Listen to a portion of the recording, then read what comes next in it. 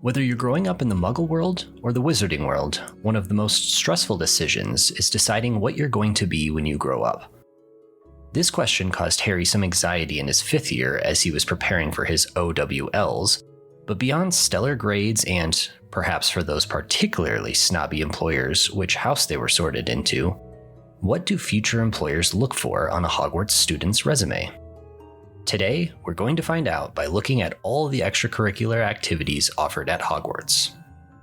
Accio Attorney, a trustworthy muggle in the wizarding world. The only club that our character in Hogwarts Legacy joins is the Crossed Wands Dueling Club. It makes sense that there would be a dueling club because school children are quite competitive, and Hogwarts itself even has a dueling club in Chamber of Secrets. We also learn from Hermione that there was a rumor Professor Flitwick was a dueling champion when he was young, implying Hogwarts has a long history of dueling clubs.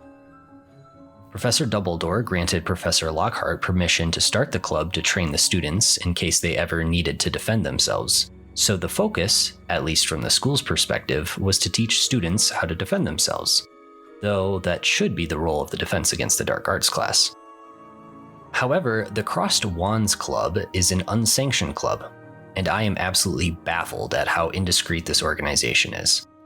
Our matchmaker just stands out in the open, close to the hospital wing.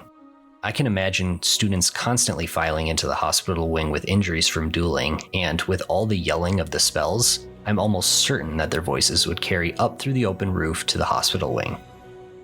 Harry guessed that Dumbledore always knew what was going on inside of Hogwarts, and I'm sure it's similar with the teachers. This is just poor execution by the club. If I were in charge of an unsanctioned dueling club, I would host it in a much more secretive location. In Hogwarts Legacy, the first location that comes to mind is the chamber that leads to the ancient magic room. There aren't any paintings nearby to gossip, because I'm positive that the headmaster used these as a way to know what was going on. And also, the dungeons seem less traveled. Even Harry recognizes that his unsanctioned army needed a location away from Umbridge's prying eyes. He dismisses both the library and an unused classroom before settling on the Room of Requirement. And yes, obviously, the come-and-go room, as the house elves call it, would be the perfect location, but it's highly unlikely that I would have even known about that room. And speaking of the Room of Requirement, one of my complaints is how commonplace it's become since it was first introduced in the Order of the Phoenix. Dobby says that not many people know about it, but then it shows up in the Fantastic Beasts movie, and now it's just used as an extra credit room for new students.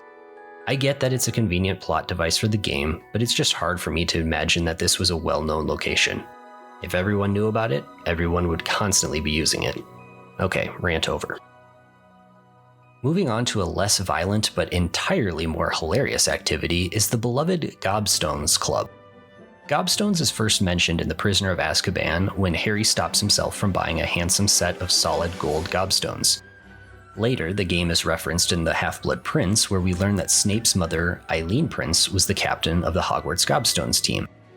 From Pottermore, we learn that Gobstones is an ancient wizarding game that resembles marbles, the principal difference being that every time a point is conceded, the winning stone squirts a foul-smelling liquid into the loser's face. In Hogwarts Legacy, we see some students playing in various courtyards. However, during the winter, I would guess that they would all meet to play in the Great Hall. Since all you need for the club is a set of gobstones, it makes sense that there isn't a designated room for the activity, and any area, as long as it isn't the library, would do. One random yet logical addition to the movies is the Hogwarts Choir and Orchestra. We don't hear about these two groups in the books, but we see them a few times in the movies.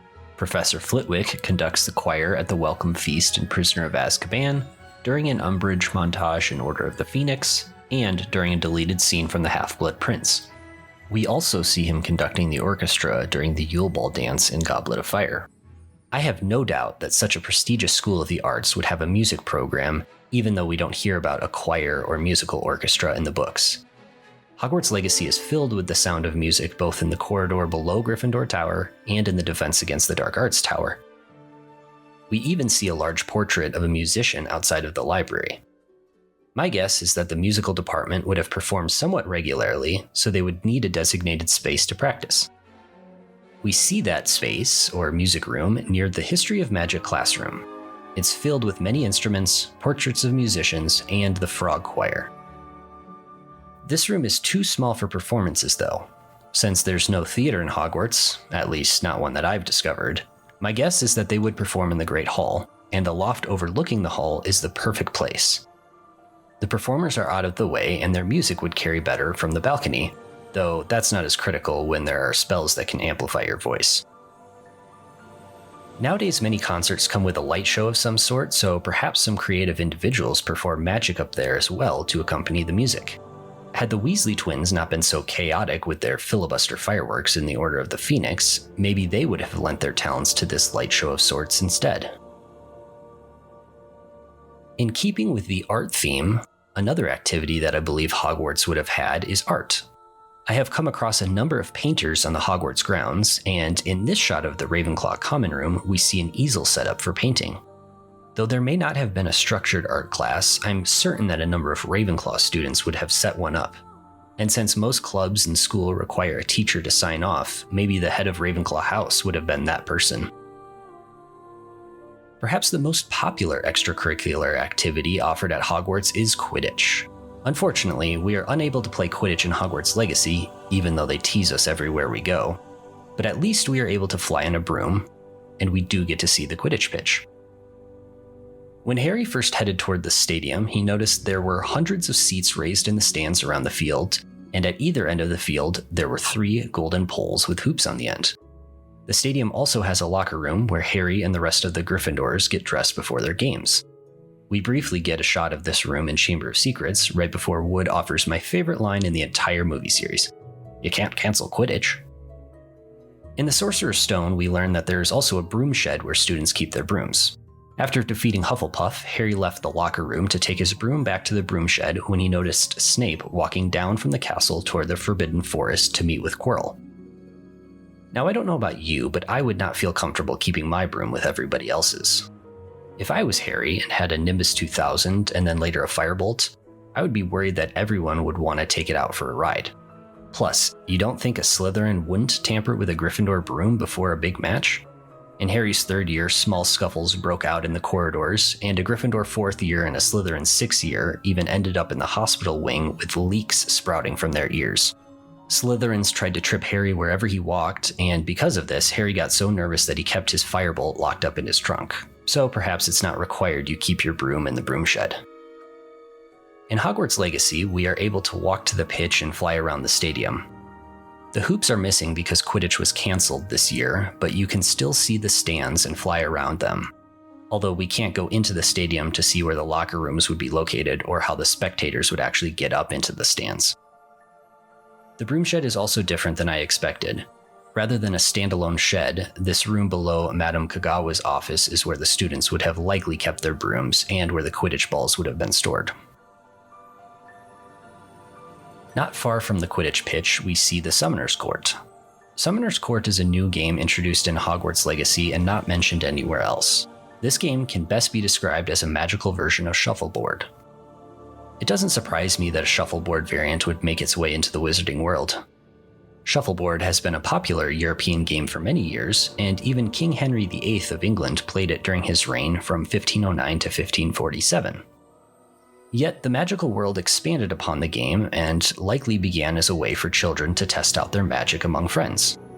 When I think of shuffleboard, I think of retirement communities, so I could also see older witches and wizards playing Summoner's Court to keep their magic sharp. The court doesn't appear in our game until we had our first charms lesson, so I guess the court can come and go and is not always on the grounds. I suppose there would be a Summoner's Court club and they would be in charge of storing the court. The students might even need to rent it out from the charms professor and could store it on the grounds unless there was a major event like a spring picnic or parents' weekend where the school grounds would need to be kept clear. But what other extracurricular activities do you think would have been present at Hogwarts? From Dumbledore's notes in Tales of Beedle the Bard, we know that the school attempted to introduce a Christmas-time play at one point. Unfortunately, the worm for the fairy tale provided by the Care of Magical Creatures professor was an ashwinder which burst into flames and eventually set the Great Hall ablaze. Though it would be nice to have a theater program start back up. And since the second task in the Goblet of Fire requires swimming, it makes sense that a swim team could also have been a club at the school. And Wizards chess is even more popular than Gobstones, so I guess that the students would have an organized chess club as well. If you were a student at Hogwarts, what clubs would you have liked to see? Thanks for watching, and if you enjoyed the video, please like, subscribe, and share with your friends to support the channel.